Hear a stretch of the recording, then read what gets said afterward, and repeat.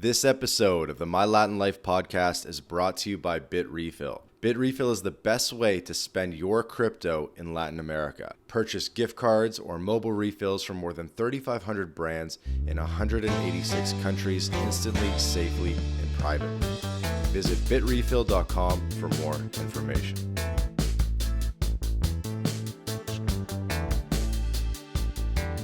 Welcome back to the My Latin Life podcast. Since 2014, My Latin Life has been your trusted guide to traveling and living in Latin America. My guest today is Trevor Green. He's a Canadian who's been living in Mexico. He's an aspiring comedian and was recommended to me as a potential podcast guest from Steven Steers, who was a previous guest. And so I guess, Trevor, you'll be the third comedian on the podcast. So you got a lot of weight on your shoulders. We had Steven, we had Ben Bankus, both very funny guys. So, Trevor, welcome. Thanks for having me, man. Appreciate it. Yeah, absolutely. So, Trevor, Steven told me that you guys met in Playa del Carmen about 2 years ago on the local stand-up comedy circuit there. And I watched some of your comedy, and I thought it was pretty good. I thought it was pretty funny. I think this gringo in Latin America strain of humor there's definitely a lot of material to work with. Oh yeah, definitely. It's I don't know, it's just a different culture shock for me. So definitely a lot I can work with there. Yeah. Playa was cool. I'm not going to say that's a great comedy scene, but there's some great people there. I don't know. I love it down there, even though probably career-wise it's not the best for me to be there, but it's a great place to be. Mm-hmm. So you're from Thunder Bay, which is a town in northern Ontario, Canada. Yeah. So where are you from? I'm kind of anonymous, but Oh, nice. All I right, may never or mind then. Scratch that. but I may or may not be Canadian and American. Okay. I kind of thought you were, just from listening to the podcast, I kind of thought you were maybe Canadian. From my twang. Well, if I have a Canadian accent, you definitely have more of one. I mean, we've definitely had a number of Canadian guests, but I feel like Oh, my you have a good one. I think mine's more concussions than it is a fucking accent. Hockey? Hockey, yeah, car accidents, all that sort of fun stuff. Okay. Okay. Well, where should we get started on the episode? You know, you kind of were telling me that you came down to Mexico by accident. I'm guessing just went on vacation and decided to stay. Yeah, that was the plan. I mean, that was 2021, so I'd already been through one round of the COVID lockdowns, and I'm like, yeah, I'm not gonna be able to get through another one of those. So then I booked a flight down because they were going to shut people from leaving Canada if they weren't vaccinated on like October 31st, something like that. So I was like, okay, that's not what I believe in. So I just I booked a flight to Mexico. I planned to stay for a month, and I don't know. I was just in Tulum. That was like peak crypto bull run. I thought I was a genius. You know, I turned like 15 grand into 80, right? Mm-hmm. And then watch that go right back down to to nothing. But that whole thing was it was just a culture shock because, like, I don't know if you know anything about Thunder Bay. Most people don't, rightfully so. My Mexican friends, they get a kick out of it whenever they meet Canadians. They'll ask them like, "Oh, you from Thunder Bay?" Like, just to see the look on their face, you know. It's always pretty good. That's But a good yeah, one, actually. Yeah. it's fun. But it's like it's just blue collar redneck kind of place, and definitely different than the hippie culture of Tulum, different than the digital nomad culture of Playa del Carmen. It was just I don't know, horizon expanding for me, I guess I'd say. Yeah, it's definitely quite a jump. Did you like grow up in Thunder Bay? Like born and raised? Yeah, born and raised. Never lived in the big city, and then you go to Mexico and it's a whole different thing. Oh yeah, like I'm terrified of big cities. Like I really should be moving down to Toronto like any day now, but I'm afraid to. It's not I'm just used to the quiet. That was the thing about Mexico is like it's not quiet. It is not quiet. That is true. No. But it's yeah, beautiful place, beautiful people. Everyone like I mean, small town Canada, super isolated, right? Like it's in Ontario, but everyone's like, "Oh, how close are you to Toronto?" I'm like, about 14 hours, 17 hours, depending on how liberal you are with Jeez, your speed. is that far, eh? Wow. Yeah, because it's like the north tip of Lake Superior. So the closest Hmm. big city to us is actually it's either Winnipeg to the west or Minneapolis to the south, and they're both about 7 hours away. So it's real isolated. Hmm. Hmm.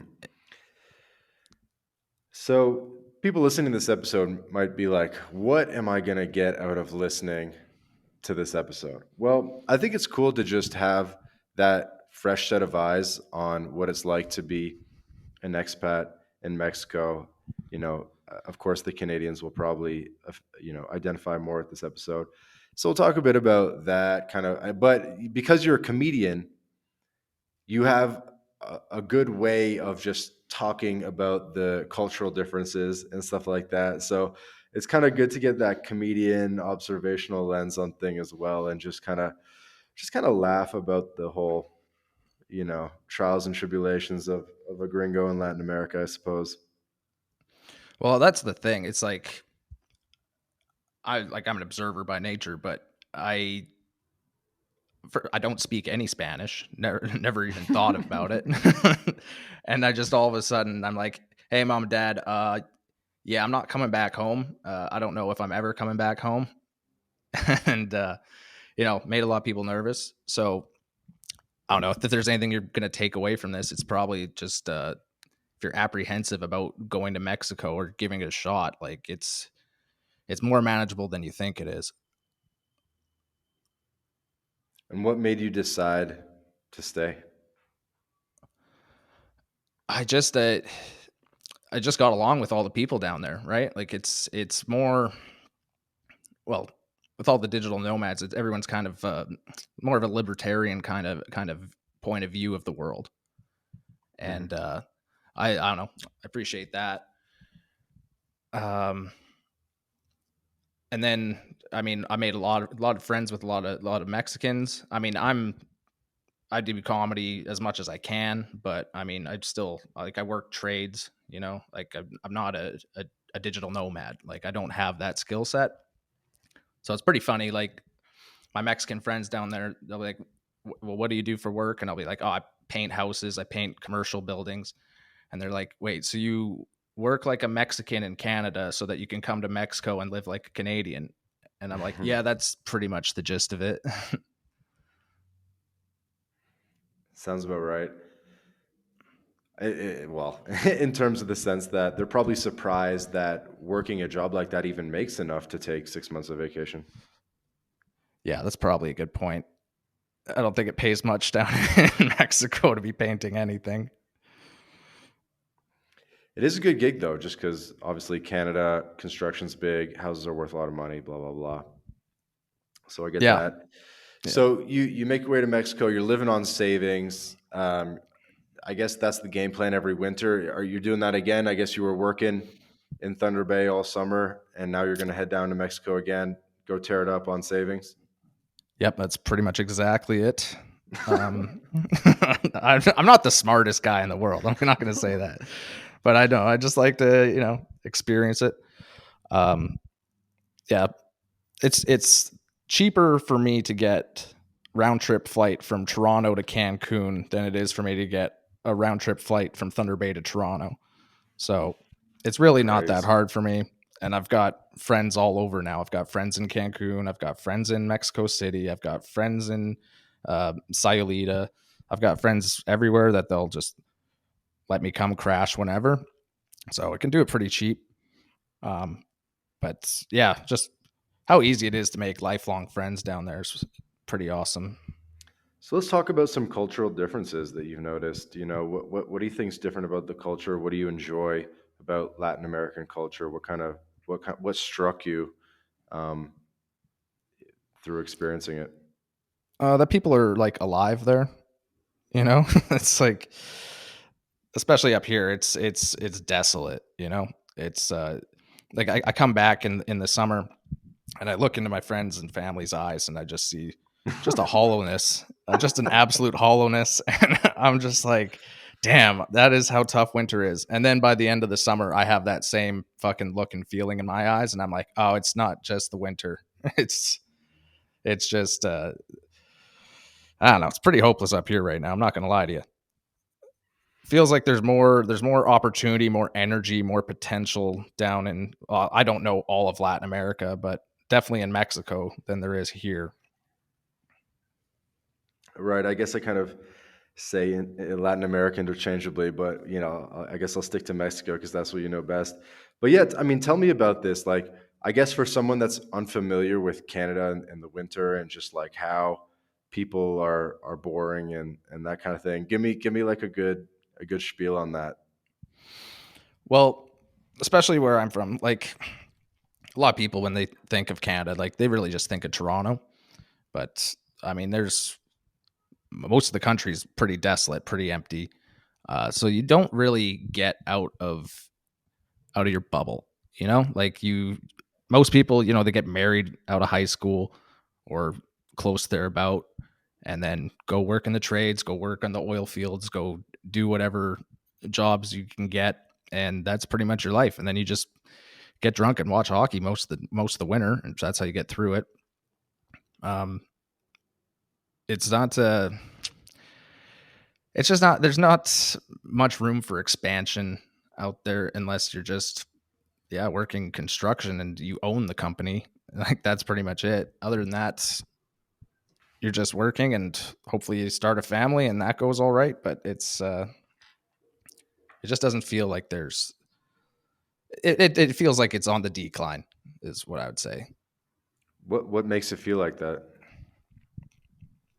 Just well, so when I went down there, like for the first round, I couldn't believe how cheap housing was, how cheap food was, and all that. So then I went back to Canada, and I'm like, holy hell, how does everyone afford this? Like, this is right when the inflation's hitting everybody. Mm. So I go back to Canada, make my money, and I go back down to Mexico, and everything's 20, 30, 50% more expensive than it was the 6 months I was before. I'm like, oh damn, like, all right, I guess the secret's out about this. So I was down there for another 6 months, and I go back to Canada, and everything's like loaf of bread $6 now. It's like, what the hell am I doing here? You know? And I mean, you make $25 an hour. It's not going too far. It's hard to save up when like most people are just treading water at this point, especially when you're trying to be an artist. Like that's another fucking waste of money.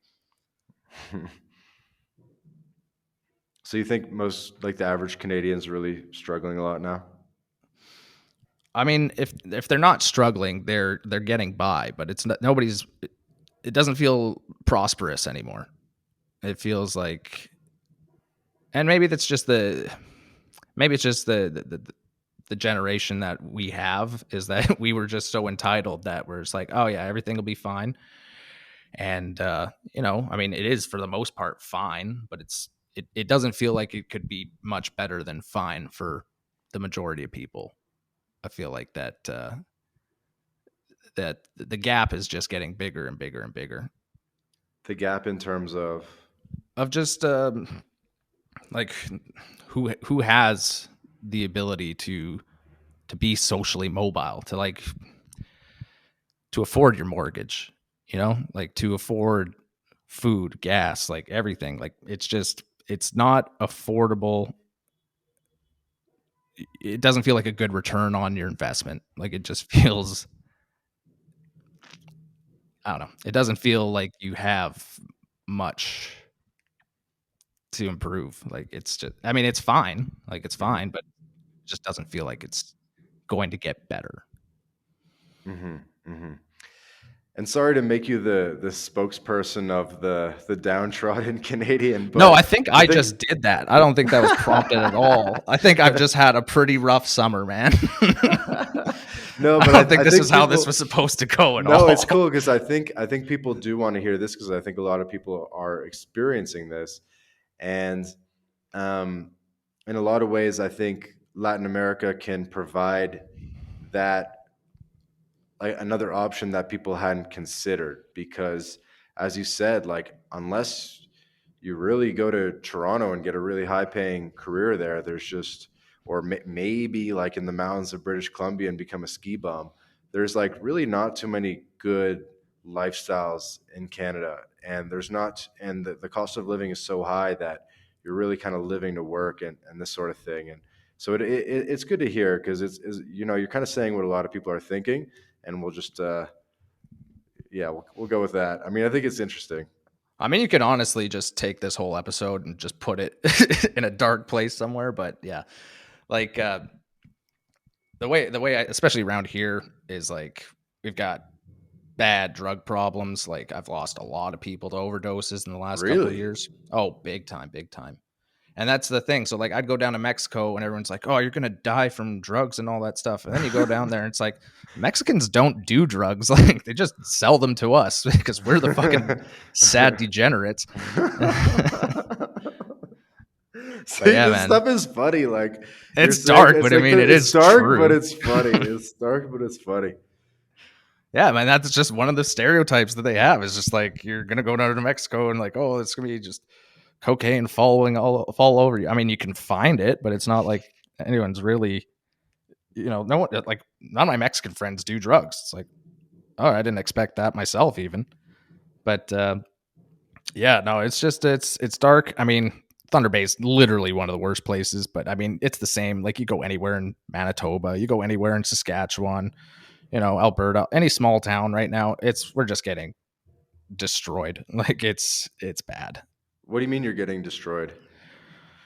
Um, I mean, overdoses, like just fentanyl laced and everything. Um, yeah, it's like I said, it doesn't feel hopeful here. And I guess this is this is probably your main demographic. Like you could have like type A like salespeople listening to this, and I'm just like, yeah, this is what's going on in the rest of the country, and it's not good. It's good because it's a voice that we really haven't had, and it's an honest voice. And I think that's part of what the job of a comedian actually, right, is to kind of talk about, you know, say the unsayable things or the things that are on everyone's mind. And so obviously Ben Bankus did that a little bit. Um, he had a slightly different perspective, but you know, and you have a different Yeah, because well, perspective. Ben's a Toronto guy, He's a Toronto guy, right? so he has a bit of that white collar perspective, and you have that Yeah, blue collar perspective. So it is kind of a good yin and yang. yeah, yeah. I mean, it's like it's the same as anywhere in the states too. Like you go to Ohio, you go to Maine, you go to Pennsylvania, you like anywhere in the Midwest, like you're gonna see the same stuff. Like there's just people on the streets, like tent cities everywhere. Um, like it's people are like, oh, you're going to a third world country. I'm like, I'm pretty sure I'm coming from a third world country. Like this thing's fucking falling apart all around us, and nobody's talking about it. We can't even talk about it anymore because our damn prime minister made it illegal to share the news on Facebook. So like nobody can know anything about what's reality anymore. And it's like, all right, I guess we'll just suffer in silence as we always do in this country. This is no, this is good. This is good. And so I don't know. I didn't what expect to get this fired up right now. no, dude, get as fired up as you can, man. This is good stuff. And then so what's the contrast that you're seeing when you're in Mexico? Like people are more friendly, having It's more just fun. fucking vibrant, man. Like even like I can hang out with Mexicans that paint, like that are just like they're making, I don't know, $10 a day, but I can have a drink with them and they're fucking like, "Oh, you're actually a decent." Like you get it. Like I like that I can hang out with actual Mexicans and they're happy. Like I don't see just the happiness to be alive around me, and I get that when I'm down there, and Mm. I love it. I love it so much. And yeah, I don't know. I just think they're great people down there, and they really have like good focus on family, um, friendship. Like they really take care of each other. It's good community. It's just I don't know. It's a nice contrast. This episode of the My Latin Life podcast is brought to you by Language Blend, the new best way to learn Spanish. Language Blend focuses on what you actually need to live and get by abroad with daily one-on-one lessons, a dedicated texting partner. It's like living in a Spanish-speaking country without ever leaving home. Go to languageblend.com for more information. Yeah, no, I mean, that's one of the big things for me is I really feel like I feel more alive. And I guess that's because other people, you get that energy from other people because they have that energy, right? Exactly, and like in the circle that you guys are in, like by that I mean you, Steven. I know um, my buddy Adam Palmater I met in Playa del Carmen too, doing comedy with him. Hmm. And it's like very entrepreneurial, independent but entrepreneurial. Well, I guess that's kind of similar, and just focused and like there's you can learn a lot from the people you meet down there because they're living a life that like I'm like shit I should have been building this life 10 years ago, What do you mean by that? just well, I wish I had like, the sales skills or anything to work online. Like that seems like the key right now. Like I can't move to Mexico and paint. Like I'm not going to be able to undercut like a Mexican contractor in anything. So I pretty much have to come back here, work, save money, and then go down there and hopefully use my time to meet the right people and learn the right things. And one day, hopefully, have an opportunity to be able to stay down there. Hmm. Or I So, could just try to get good at comedy, which is fucking even harder. yeah, I mean, yeah, that's tough to make pay, and which I get. Tell me about the comedy. You've been doing comedy since 2017. Mm-hmm. So you've been doing comedy for a while. So I guess you started in Canada and decided, I'm gonna keep it going in Mexico. Tell me about how some of your sets went starting. Have you like toured Canada or anything? Like have you or just like kind of doing it by the day or?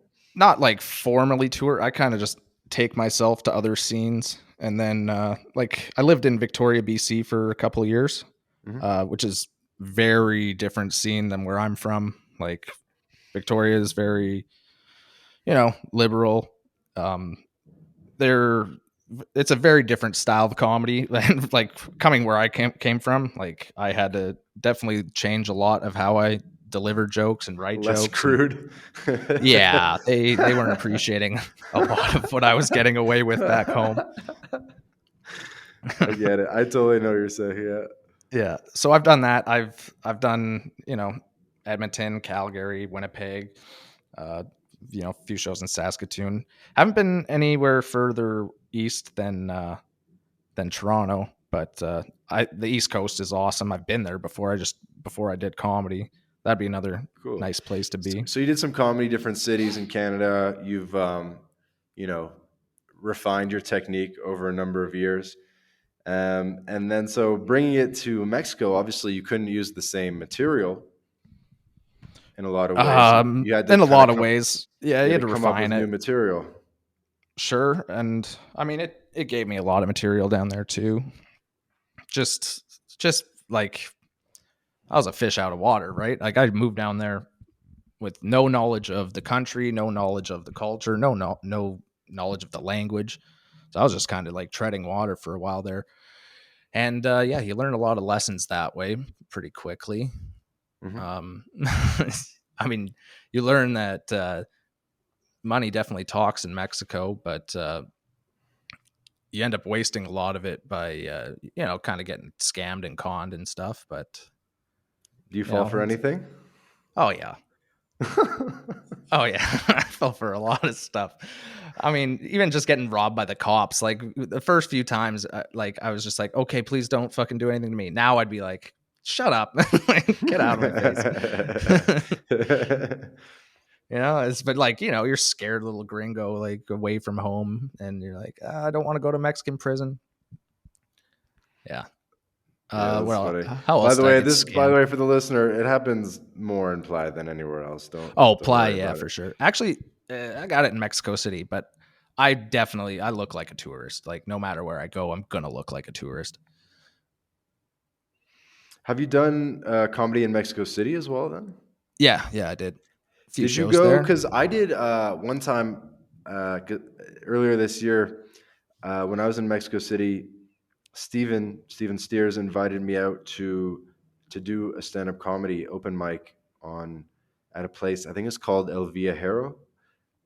I don't Did think I did that one. I think it's called something like that. It's like a tiny bar, tiny bar. Where did Like you? super tiny. Like it was like It's like there's a a super. couple that were small that was like just like on a side street, and it was like maybe a 10-seater kind of thing. Yeah. Well, I think it was called El Viajero. It was like a cafe. Yeah. Um, I might have been to that one. Yeah. yeah, so I thought it was cool. I had never done stand up comedy, and originally I thought I would go and listen, but almost the expectation that everyone there had to like go up and do a routine. So I was like, you know what, fuck it, I'll just go up and like I mean, it's low nothing stakes. prepared, and exactly. It was low stakes. So I went up there, I ripped to 5 minutes. Obviously got a little stage fright. It was Oh, tell me how that was.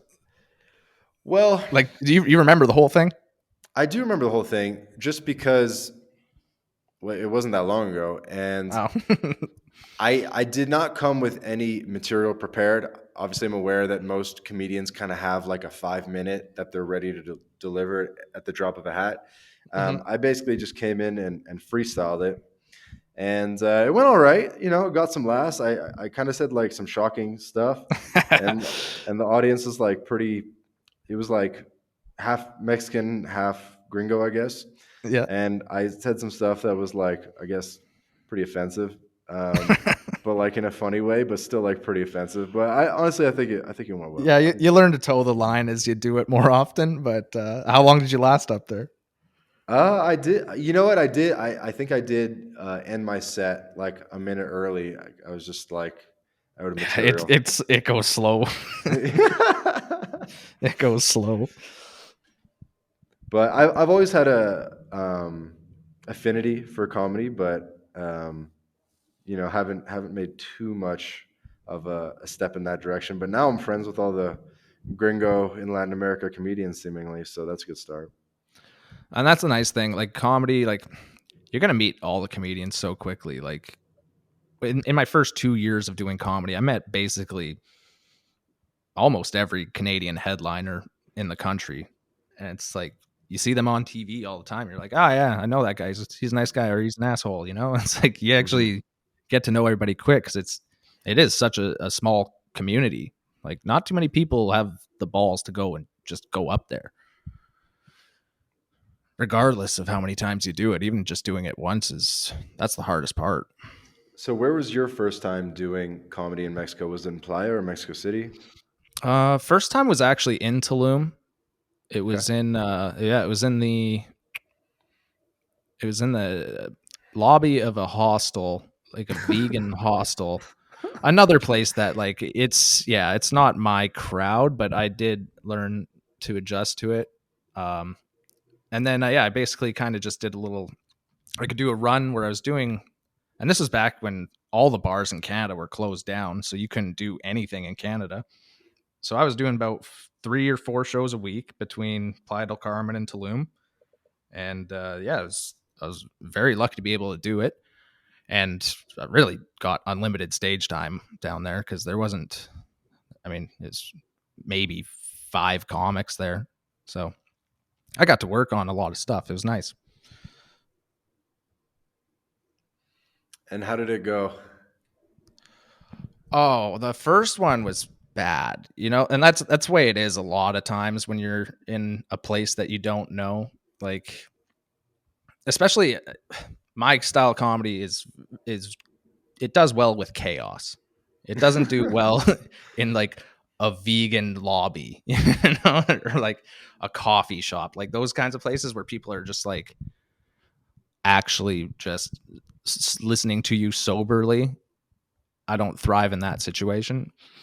Uh, so I did better in Playa for sure, but I still appreciate it. And what's the difference? What's the difference between chaos comedy and Um, sane comedy? same button down comedy. I don't know. It's just I like. It's the energy the crowd gives you back, really. True. In yeah, in those like quiet little ones, it's like, okay, I've got to provide the energy, and if I'm doing that, sometimes I get nervous, and like crowds are like pack animals, man. Like they, if you give them fear, they're just gonna launch at you. And yeah, you got to be able to be the leader of the pack, and if you're not given that energy, they are gonna turn on you pretty quickly. What does it mean when an audience turns on you? Oh, you feel it. There's a shift. So, um, pretty much within the first 30 seconds of doing a show, unless you're like a real veteran pro comic that has done, their 10,000 hours or whatever, like you're going to feel it in the first 30 seconds, whether these people hate you or not. And from there, you can try to dig your way out of it. And if you can, I mean, you did a great job, but most of the time you're just going to bomb so hard. And that 5 minutes is going to turn into 30 minutes in your head. And that silence is just going to kill you. Oh, man. Yeah. When you're doing well in comedy, like that time blows by. When you're bombing, it's like real PTSD stuff. Hmm. And don't you, because you're really like so dependent on good reactions, and you're really like would you say like every comedian is seeking for rapport, or do you think there are comedians that can go up there and be, listen to the audience and work with the audience, but ultimately be like, you know what, I don't care if you like me or not. I mean, there's so many different styles, right? And like there's people that like they want you to hate them. Like I know guys that can enjoy that. But I mean, me, I don't know what kind of, family issues I had that makes me seek approval all the time, but if if everyone's not approving of me, I get feeling pretty bad about myself pretty quickly up there. I mean, that's a skill you got to work on, but it's like different styles. Like a lot of people, like there's rooms that, I mean, I can go into a small town Legion in the middle of nowhere and I can kill there. Where there's people that are really good comics in Toronto, well, they'll just die because it's just not relatable. They don't like your style. They don't like your presence. It's that's when you know a pro is really good, is when they can do every room and kill, because that is such a hard skill to learn. You just got to have different gears, different methods, different ways of reaching people. Hmm. It's a psychology game. It's I mean, writing's a lot of it, but I mean it's group psychology, sociology. Hmm. Your brain's running like four different programs at once when you're up there. Interesting. Yeah. I'm not sure if you hear drumming in the background of my audio, but I live like right by a park, and there's some sort of event. I'm not sure. is Nice. it is it affecting the audio?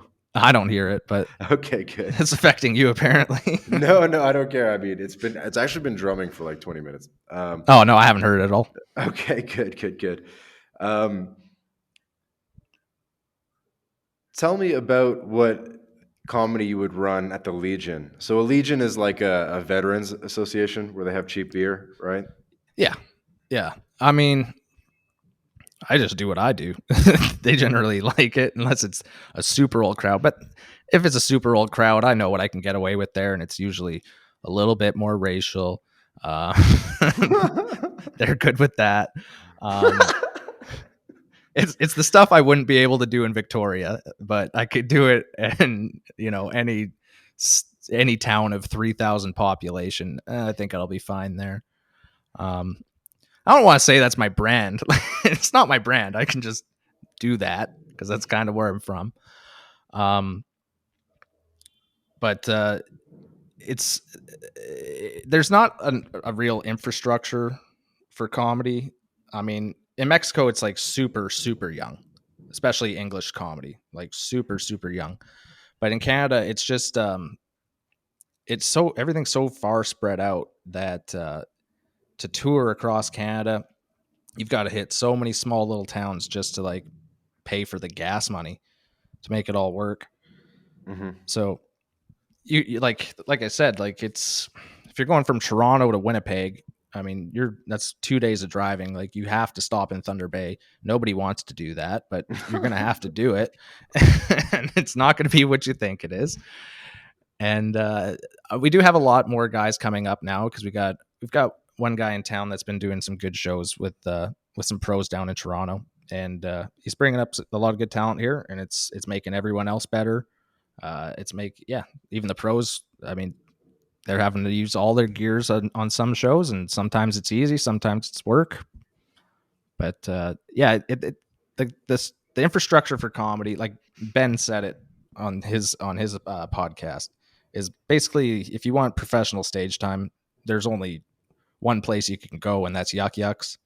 They have like a monopoly on it, so everything kind of runs through them, and they've got their contract structured where they kind of have control of most of what goes on.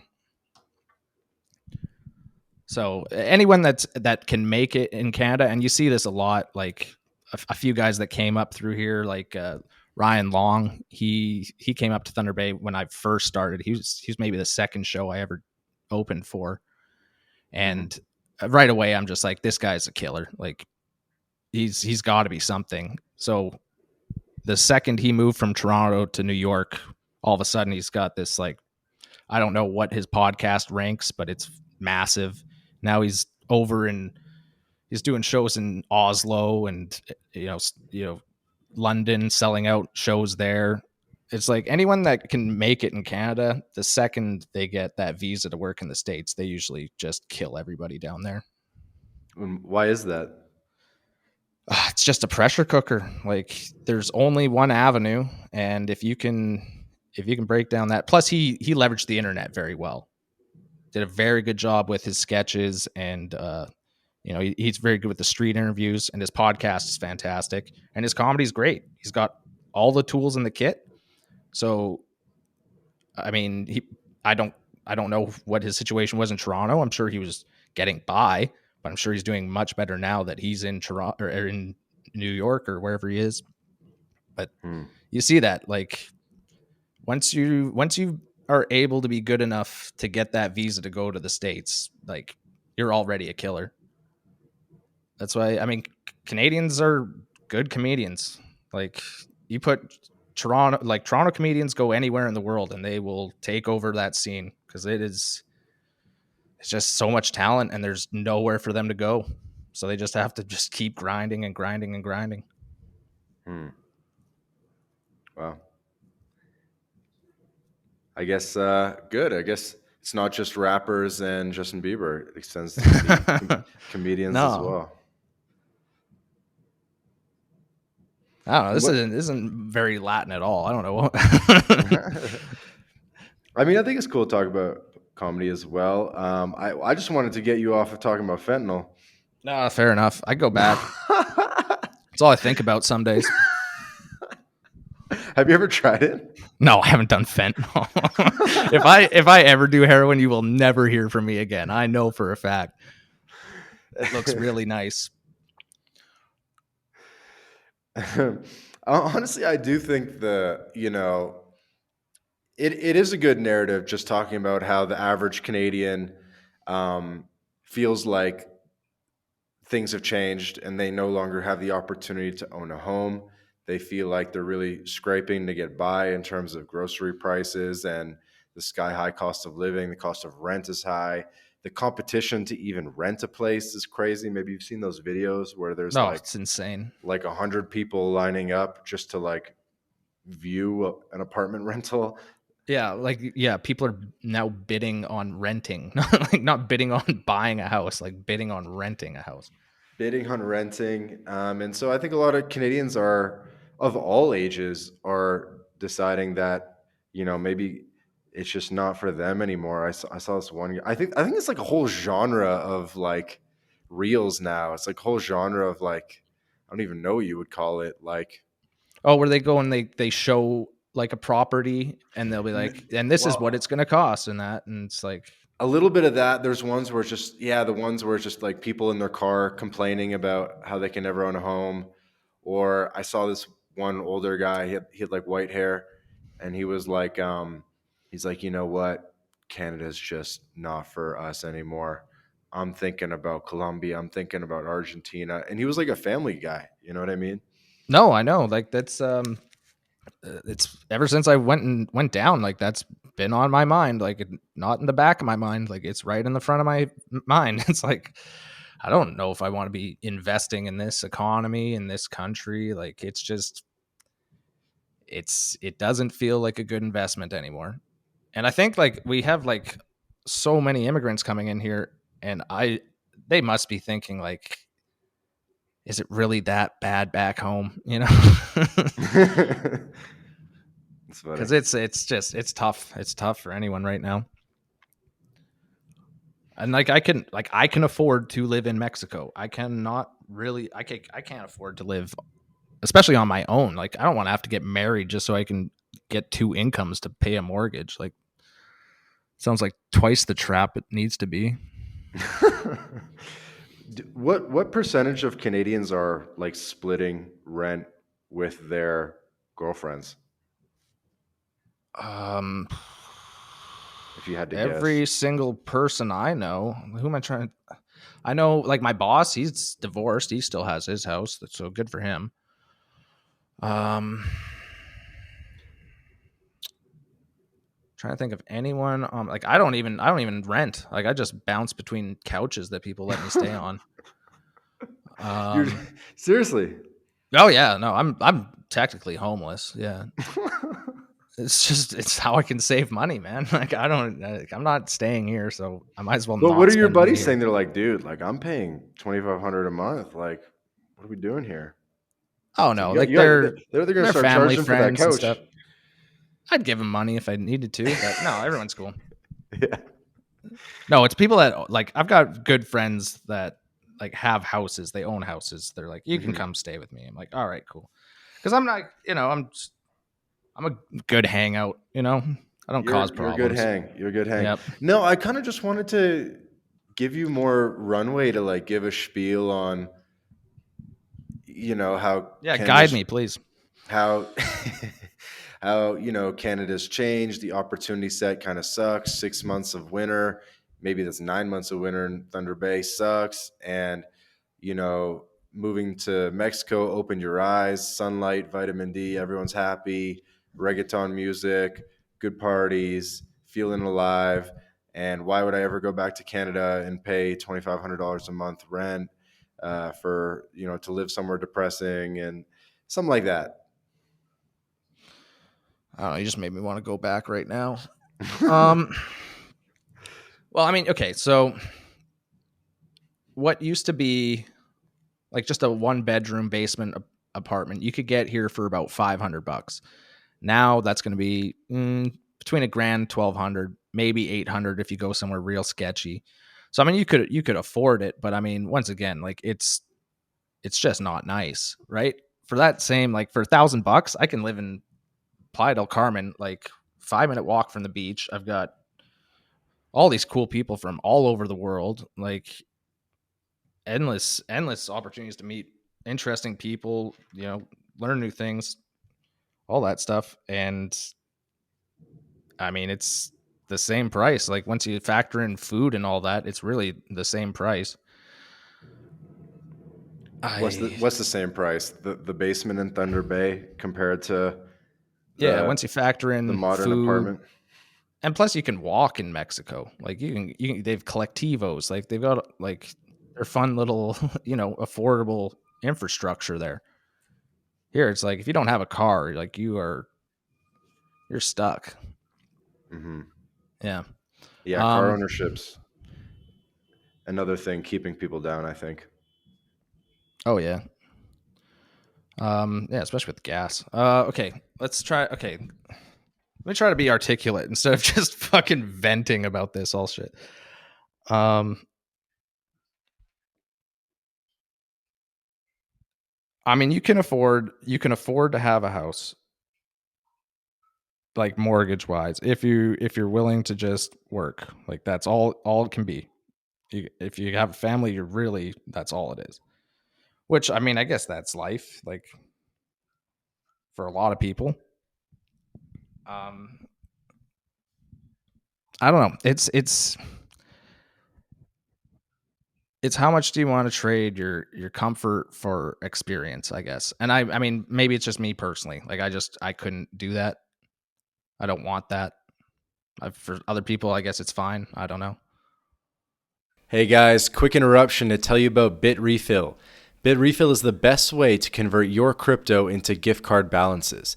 These are gift cards that you can spend at hotels.com, Airbnb, Nike, and many more. You may remember Joel Valenzuela, previous podcast guest. He's been living on crypto exclusively since 2015, and he's a big consumer of Bitrefill. And so I asked Joel, I said, what do you like most about Bitrefill? He said that he likes the instant delivery, the precise amount so that you don't have to juggle a lot of gift cards. And he loves the global selection. Nobody else has this much selection of gift cards, over 10,000 gift card options across hundreds of countries. Go to bitrefill.com to sign up. And you can also use the code MyLatinLife for 10% back off your first purchase. Go to bitrefill.com for more information. Yeah, well, I guess just to dig a little bit deeper on Thunder Bay versus Playa del Carmen, which to me sounds like a no-brainer, right, in terms of a pretty good move, or Thunder Bay to Mexico in general. Um, are you trying to make it like your number one priority in life to get back to Mexico, find a way to work online, keep it going? Because I guess you're working in Canada this whole summer, you save some money, but now, hopefully, the idea is you don't want to go back in April, May of next year. And maybe you could use this time, this next, 5, 6 months that you have, the winter, to learn an online skill and get to a point where you have location independence and keep it going.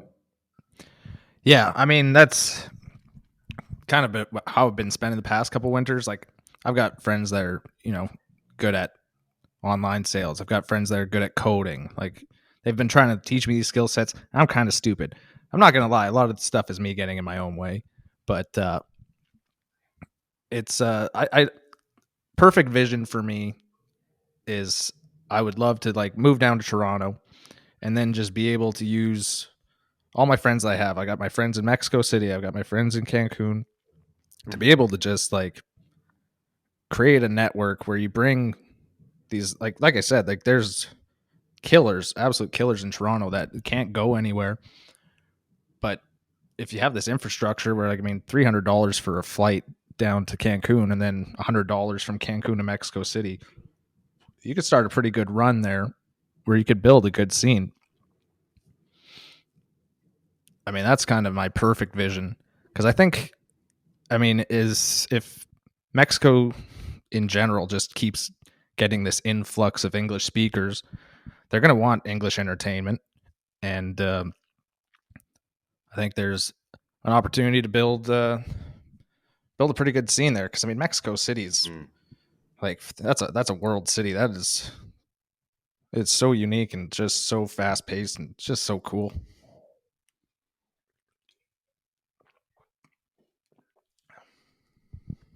Yeah, definitely. Sorry, I had my thing on mute because there's like literally a parade passing by, I think.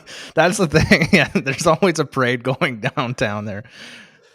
Yeah, I am in Mexico where yes, people have the right to make noise, whereas if someone made the equivalent amount of noise in Canada, the police would have already been called. Oh yeah, there's yeah no chance. So I think that the freedom is kind of a cool thing. Like, is there anything that you noticed about the freedom and about how like laws were different or just like the way, you know what I mean? Like the Oh ability to yeah. make noise, or to drink in a taxi, or like all these things, right? These little freedoms, smoke a cigarette on a patio. These like little freedoms that make you be like, oh yeah, I forgot we like took away people's freedom. Yeah, that's true. You do forget about all the stuff that's been whittled back over the past few decades that are still around in, yeah, like Latin America in general. Although they did ban smoking in public in Playa del Carmen when I was there, but Really? yeah, like you weren't. I mean, good luck enforcing that. I mean, it's just another thing for the I think just police to on the shake gringos down. maybe just on Fifth, but yeah, that's it definitely just sounds like a shakedown.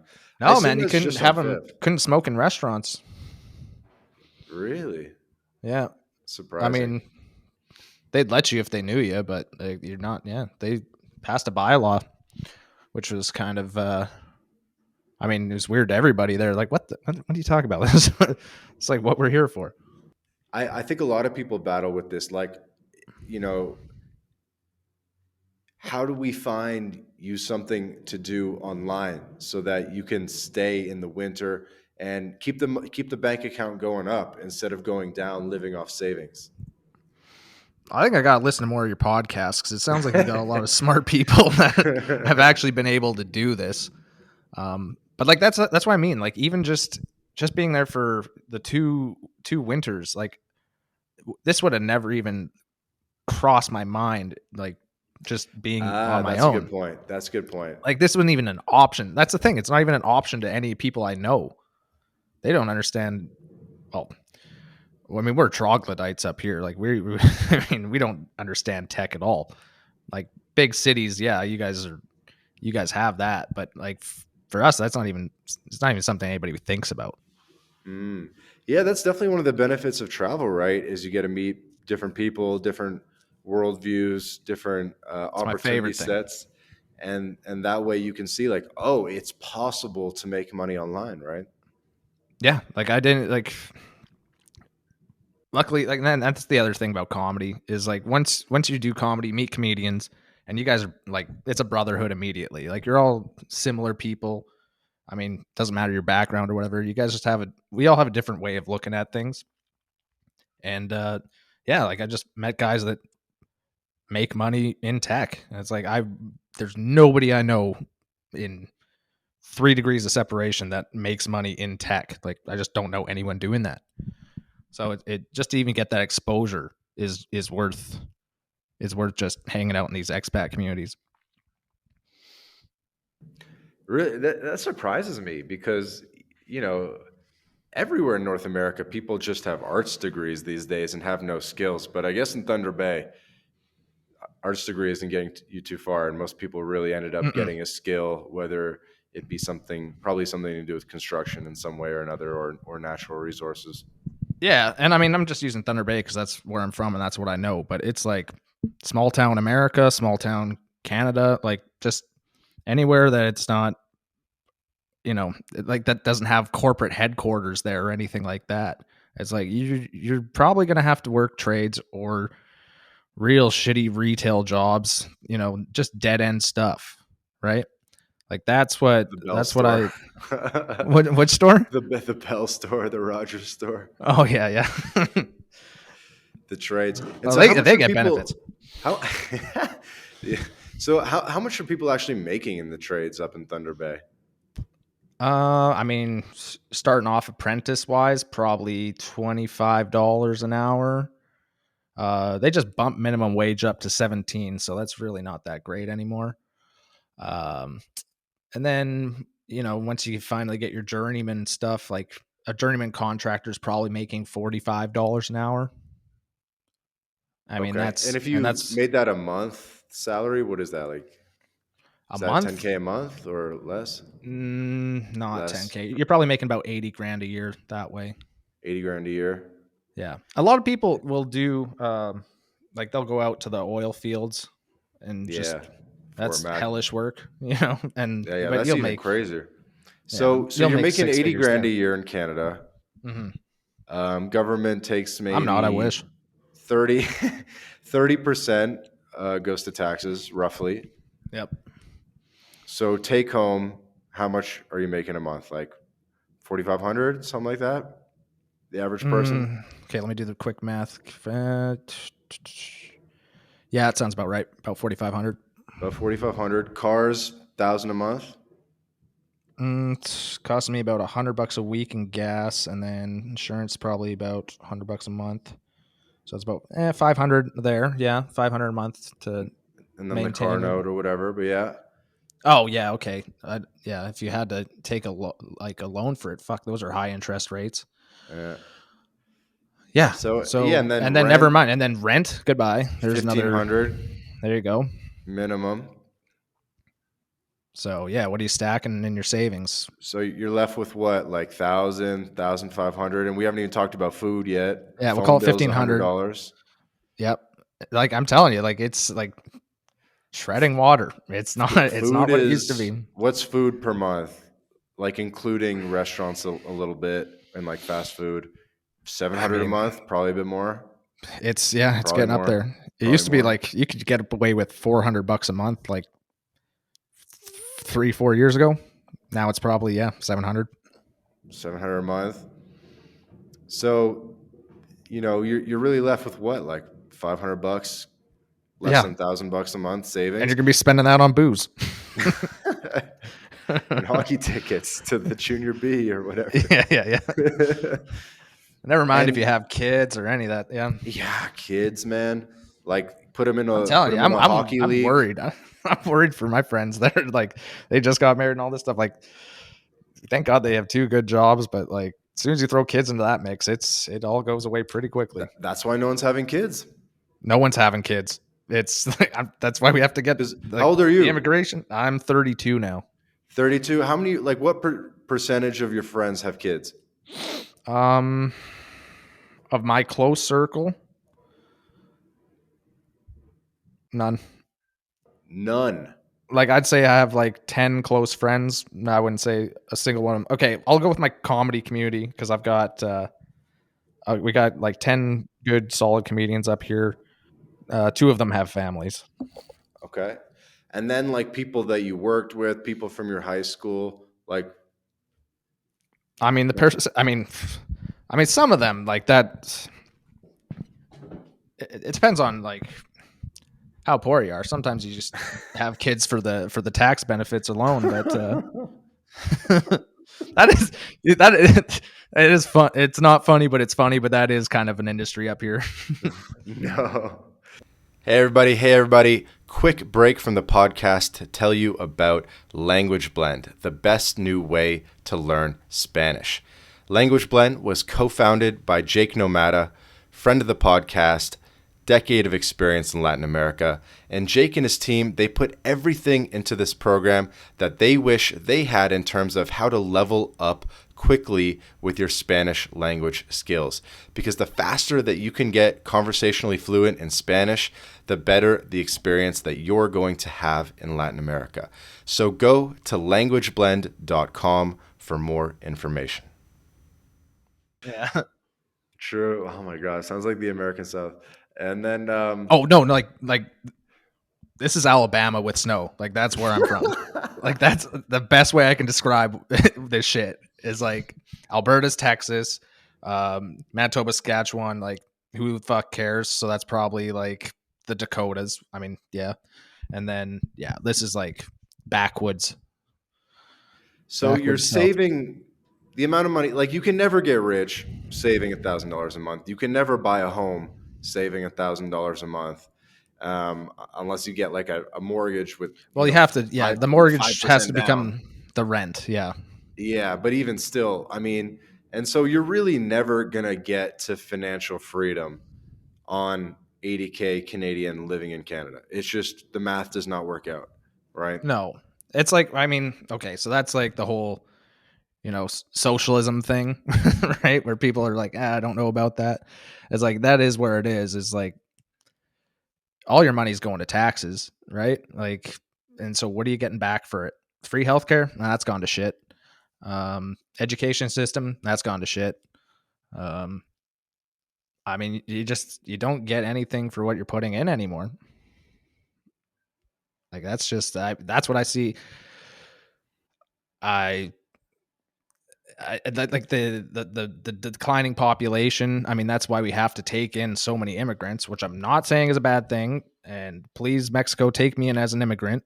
But like that's how we've had to replenish our population because it's just a bad deal to just have a family up here now. Like it's it's desolate. And it's a bad deal just because it's unaffordable, or is it a bad deal for other reasons as well?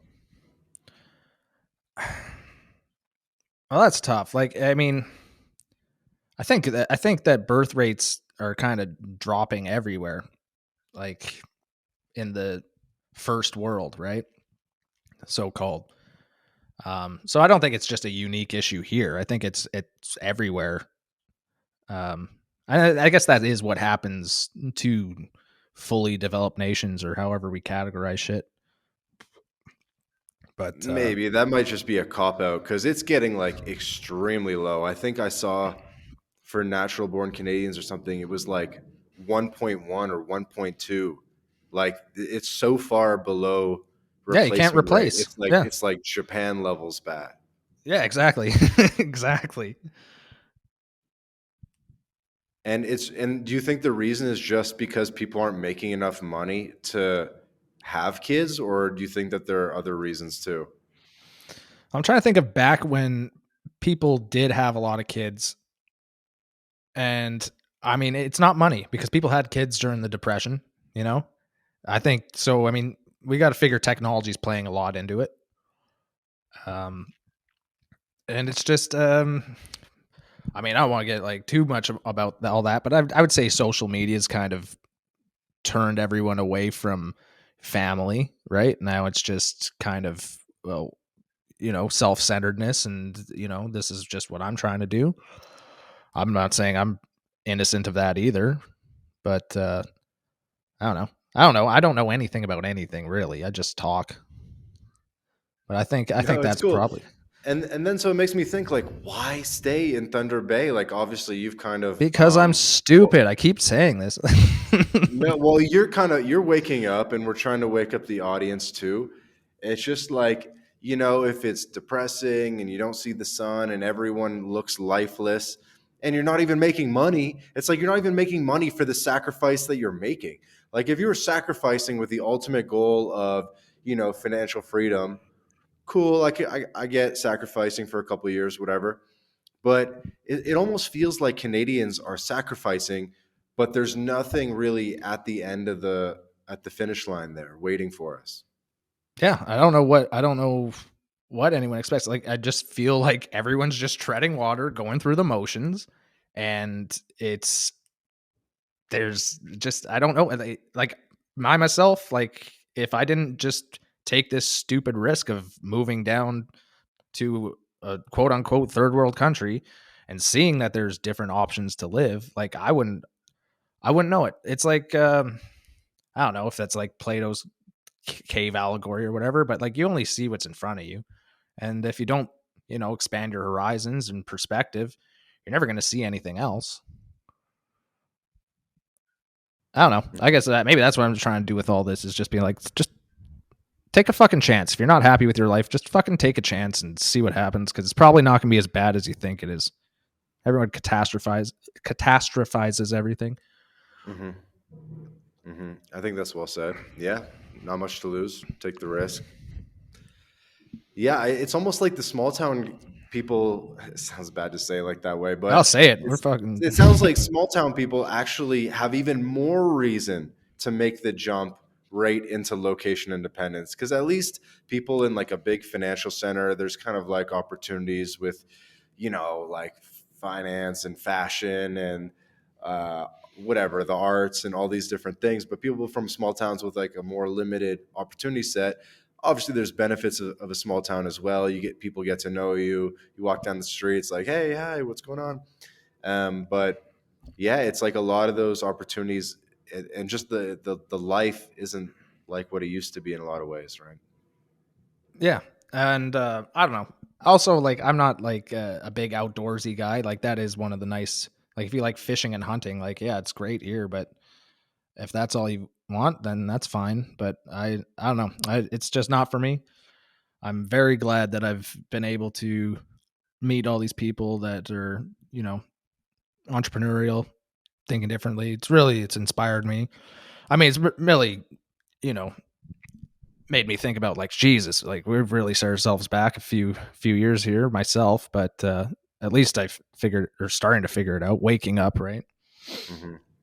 Have you started to become of a bit of an evangelist yourself and try to evangelize your friends back home and say like, look, man, you got to come down to Playa, blah, blah, blah. Oh, I'd love them to come, but like, yeah, I think, yeah, it's probably risk aversion. I think that's what it is. It's like nobody wants to take the risks, and if you're not going to take risks, then you're not going to get rewards, right? Um, I don't know. Maybe it's just I don't know. Maybe I have a perspective that's unique in this area where it's just like I don't know if this is It's true. the People are be all afraid of end the all. unknown. People are Yeah. afraid of the unknown. But I think that's, one of the goals of what we're doing with the podcast and the Twitter is just kind of wake Oh, people up to Your the Twitter is opportunities. so funny, man. I was just going through your Twitter account. It's so funny. Tell me, make me feel good. No, genuinely, it's great. Yeah, you should probably try a little more comedy. Like you got the eye for it. I think I do have the eye. I think I do have the eye. I'm living in a town where no one speaks English, so I'll have to do true comedy in Spanish, which I also think I could do. I think Maybe that's very cool. I wish I knew Spanish because like even the Spanish comedy is so different though. it is. It's so much more like cartoonish. They're Maybe. Maybe. oh yeah, I think you have more license to be raw the same way that oh yeah, big time. English comedy is, California, Victoria, BC comedy, where I think in all English comedy you really have to watch where you say what you say more, but I think you can get away with a little bit more in But even Spanish then, I comedy. still think that's just what what they make you think. It's just like it's Yeah, like, maybe. well, yeah, this isn't gonna trick the algorithm. Like a lot of the people I'm seeing that are like making it on YouTube and Instagram, I'm like, this really isn't comedy. This is you playing a video clip, and then there's just your face in the corner, and you're like borderline not even commentating on it, and somehow this has a million views. Like I don't know if that's comedy, like, but I think like actual stand up comedy, like you can still get away with a lot. Hmm. I know we've been kind of like flipping back and forth between talking about the art of comedy and the plight of the average Canadian, but it's been a fun conversation, weaving the two topics with you. So Trevor, what's the game plan? Are you posting it up in Playa all winter? No, I don't think I'll do play. I think the game plan right now for me is I've still got work, so I'll make my money until I can't. So probably January or so, and then yeah, I'm probably gonna try and move down to Toronto. I have family down in the area, so hopefully they'll let me stay on their couch. And then and then yeah, those fucking $300 flights to Cancun sound pretty nice. And then yeah, no, I'll definitely be in Mexico City. Just to I got Steven and a bunch of other friends there that are pretty ambitious with comedy. At least at least give that a shot and hopefully make some nice shows with them. Just keep working on the craft. But yeah, I think Toronto's the play just because of how good the pros are down there. You can learn so much. Hmm. Hmm. Yeah, well, hopefully we can turn this into a thing. The latest genre of comedy, cringy gringos making fun of the cultural differences between North America and Latin America. I mean, that's kind of what I do on Twitter in a way, but I think it can come alive in a different way in stand up comedy format, and I look forward to seeing more of it. So please be recording your shows and recording your sets. Put those up online. I'm sure they'll do well. I'm Yeah, I'm bad for that. That's another thing, right? You gotta risk it, and I just know. use a fake Eh, name if you have to, Yeah, I'll just like a go by stage Carrot name. Top. Carrot Top. Use a stage name. Use a stage name of some kind. But I watched a little bit of your stuff, and I thought it was funny, and it'll do well. It'll do well. Oh, thanks, man. Appreciate that. So yeah, man, looking forward to it. Keep me updated with your plans when you're in Mexico, and yeah, I guess use this time to direct the audience to anything you'd like to direct the audience to. Follow me on Instagram at Trevor Green Comedy. I guess that's pretty much all I got to plug. I should probably put more stuff up on there, but yeah, that'll come eventually. But give me those follows so then I feel like doing it. Yes, yes. Follow Trevor, DM him, say that you know me or that you know My Latin Life. So, looks like I'm looking at your thing now. Looks like this British girl that lives in Playa that runs comedy nights and trivia nights. What's her name again? Oh, Laura. Laura. You know Laura. Yeah, I know Laura. I know her well, yeah. There you go. That's fun. That's fun. Cool. Well, yeah, guys. Link will be in the show notes to Trevor's comedy page. Give him a shout. Encourage him to keep going because I would love to see more of this Gringos in Latin America comedy. I think it's a good little sub niche there. All right, man. Thanks for having me. Really appreciate it. Absolutely. So this has been another episode of the My Latin Life podcast. Again, my guest today, Trevor Green Comedy. Thanks everyone for listening.